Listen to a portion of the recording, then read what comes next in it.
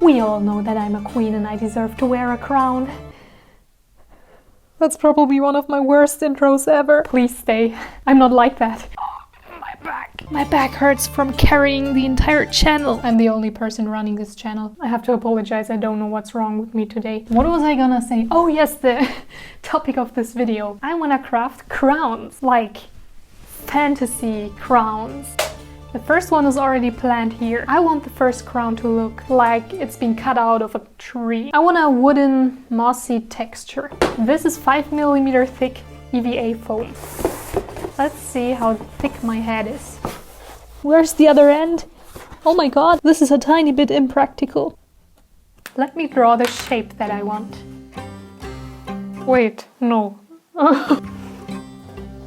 This is how you usually would imagine a crown. What I'm gonna do now is split this in sections. Kind of like wood would look. Wood would look. I forgot what wood looks like. Never mind, I remember. Let's cut it out and hope for the best. Oh god. Ugh. Did not expect to work out today. It's too big. We have an unaligned edge here, but that's okay, since we're gonna start shaping it now.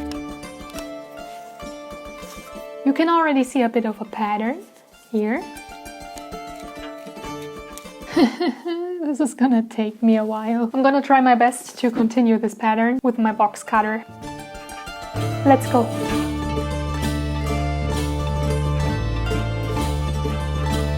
This is the texture. I think it kind of does look like wood. The only thing I don't like is the number of spikes. Twice as much would make it look so much better in my opinion. I think I'm somehow gonna add a second layer underneath.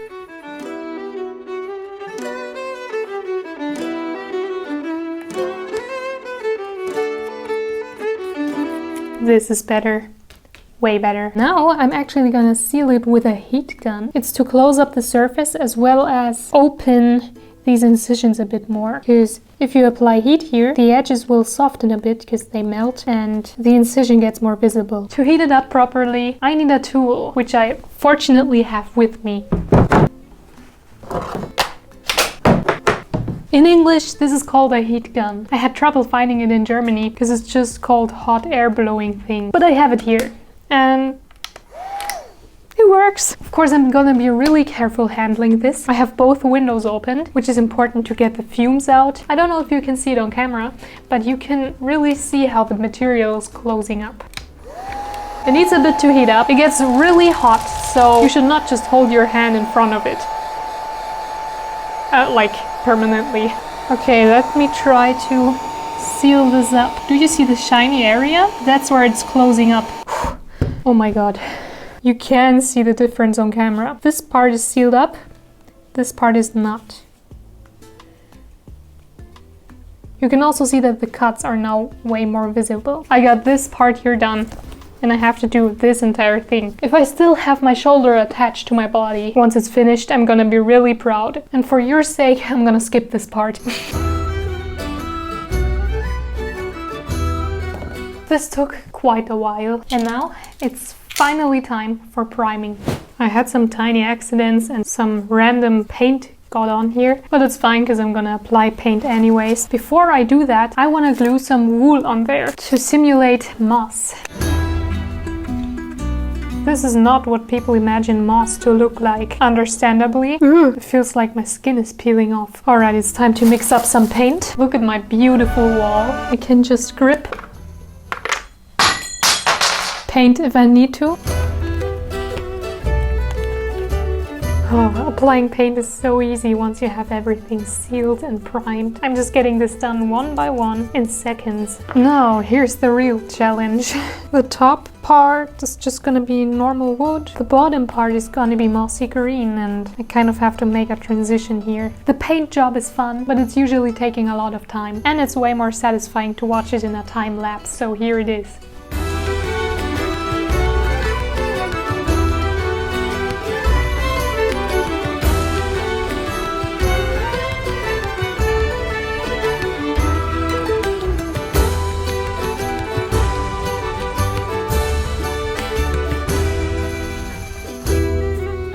I shouldn't have measured just the top of my head. It's a little bit tiny. I have to admit that. Maybe this is better? It looks a bit like a helmet. Oh well, it is what it is.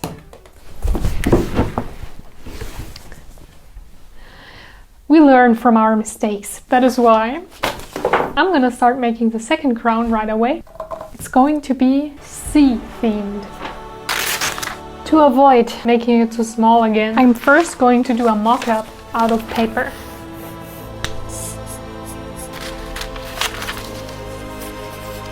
This could actually work out pretty good. It may seem too big, but I think it's gonna turn out smaller than planned anyway, because I also have to think of the foam being 5 millimeters thick. So I kind of want it to look like this. I want little fins to stick out here. I can only see a really small version of myself in the camera preview, and I just look like Dobby. Alright, it may look a little funny, but that's okay for the moment. I'm gonna transfer the base shape onto foam.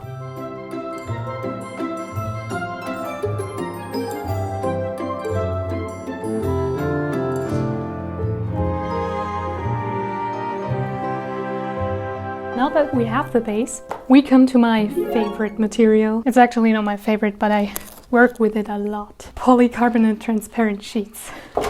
Alright, these are bases to cut out crystals. I want the crystals to be on top of here. I just have no idea how to attach them. And now let me present to you the crystal. It's not entirely finished. First of all, I have to get the coating off. Look at this. The only thing left is folding it. We have a first crystal. Ta-da! This looks a bit more wonky, but that's on purpose. I'm gonna make 2 of these so they can be on the side like this. Watch closely.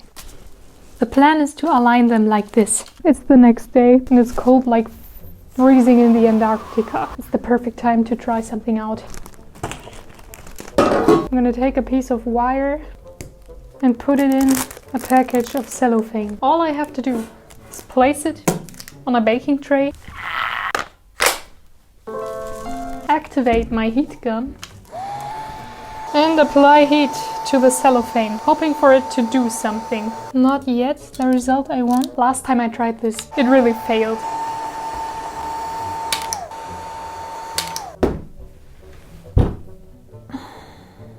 I'm gonna be honest with you. I was about to have an entire meltdown about this, so I turned off the camera, tried out a few things, and I actually discovered a whole new technique for something else. It kind of looks like ice too. This is it from close up, and it's really firm, and it looks like the polycarbonate sheets, just softer and with some wrinkles. All you need is cellophane and hot glue. My initial idea was to melt the cellophane around a skeleton of wire. A lot of people do transparent fairy wings this way, but I just haven't figured it out yet. Which is okay, because the method I found is way more fitting for what I'm gonna do. Alright, let me show you my method, and let's see if it works on a large area.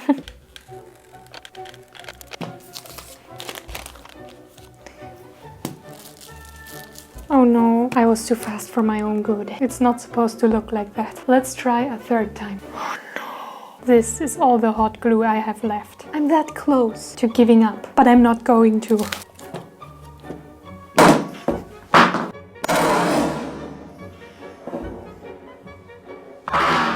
This is looking good. Let's keep going. Let's copy this fin and cut it out. It's not even that bad, but I need a second one. Okay, it's getting exciting. We're gonna see if this is enough to cover this. Alright, let's go. Oh my god, I did it. So next, let's work with some foam to calm down.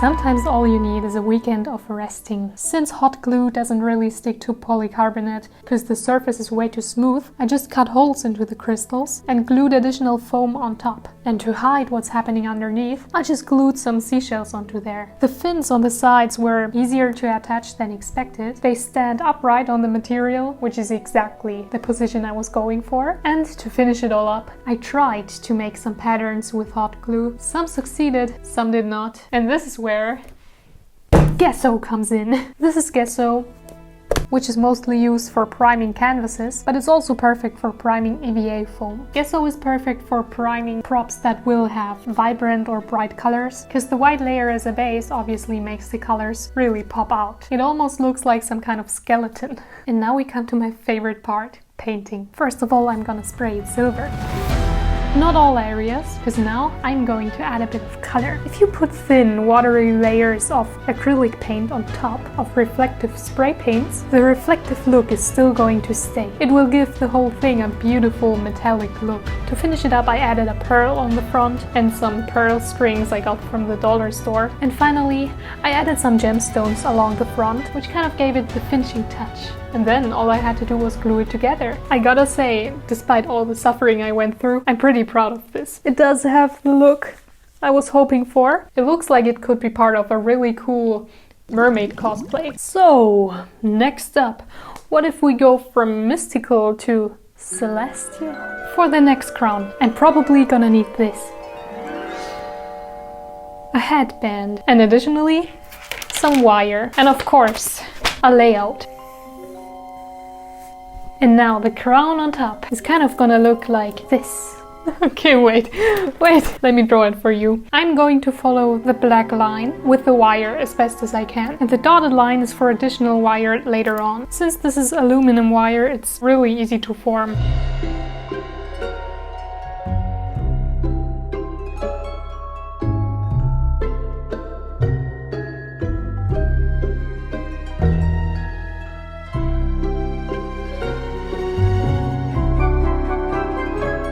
I found a bunch of these holographic reflective hearts. They shine like rainbows. And I used them to make really cheap crystals. I used the same method as before. I just took 2 layers and put hot glue in between. And then I noticed that these hearts are coated on one side and you can just pull off the coating. It's very easy and very satisfying. And then you can just cut through them. Now, to actually attach them to the crown, I used my jewelry set that I bought a while ago, as well as some pearls. Now I even know how to make jewelry, well, at least how to open these tiny rings so you can hang a bunch of stuff on there, close them again, and that's it. I'm just not sure what to do with the excess wire, because I don't like how it currently looks. Since hot glue doesn't stick to either material, I just taped it. The only issue with that is that I only have white tape here. It's visible in my hair if I don't cover it properly, but that's not really a big issue. This is the finished crown. It's not as presentable as the previous one. I just don't think it suits me very well, but it would probably look very pretty on another person. It was definitely something I never did before. Alright, 4th crown. I'm gonna make it short. Horns. I never crafted horns in my life, and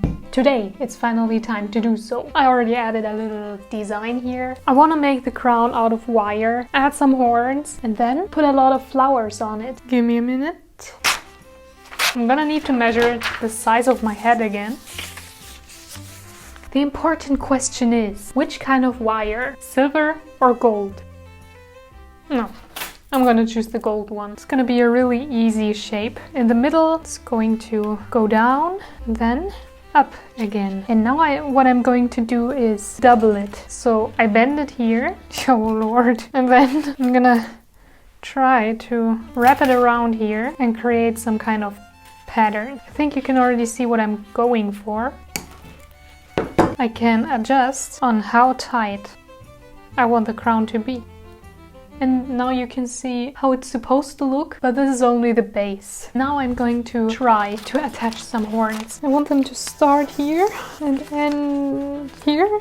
Let me see if this is actually going to work. I just glued two 2mm EVA foam strips onto the headpiece, and now they kind of look like a bicycle helmet, which fits perfectly on my head. That's where the horns come in. For that, I just basically took some wire and traced the shape of my head. kind of like this. All I had to do then was lay it on some foam and then draw the shape of the horn that I want on top. The thickness of the foam I used is 5 millimeters. Then I additionally cut out some smaller forms, which I would then layer on top of the base form. So now each horn has 5 layers of foam, which make it 25 millimeters thick each. I did seal it with my heat gun. This horn is not heat sealed. The surface is still open. The texture looks rough. And then this one is sealed. The surface is closed and the texture looks sparkly. But this step was actually not necessary, because what I did next was covering the whole thing with foam clay. And I didn't know if I would cover the entire surface, so that's why I sealed it. I did end up covering the whole surface. I let them dry overnight and now they're dry, which means I can start to paint it after priming it with gesso, because once again I want the horns to be very vibrant. I painted them with a really foresty green, and of course I added some shading, such as black on the edges and bright green on the details. Now here's a really cheap method on making flowers. Basically you just take some tissue and put some watered down acrylic paint on it. Then you let it dry, cut it out, fold it and pinch it, all to your liking, and there you have it. A bunch of flowers and leaves. Their main purpose is to cover up the foam strips, because they, well, don't look very magical. And with all that, this is the result. I have to admit, the horns are kind of uneven, but that's the only issue, honestly. From all of the crowns, I think this fits me personally best. This is it from above, from the back, and from the sides. And of course from the front. I really liked the base shape and I wanted to do it again. So I just made another one, this time using silver wire. Since I have a bunch of these hearts left and don't know what else to do with them, I cut them apart, put hot glue in between, peeled the layers off, cut them in form with my scissors. The last crown is just a really quick improvisation. At least that's what I thought. I ended up spending hours on attaching the butterflies. For that I used really thin wire and it worked, but it was quite some work. It was quite a lot. But the result is actually kind of what I imagined. It looks like an elven or a fairy crown in silver, reflecting all colors of the rainbow. That's it. All of my creations of this video. I know that you want to see all of them in detail. Here you go.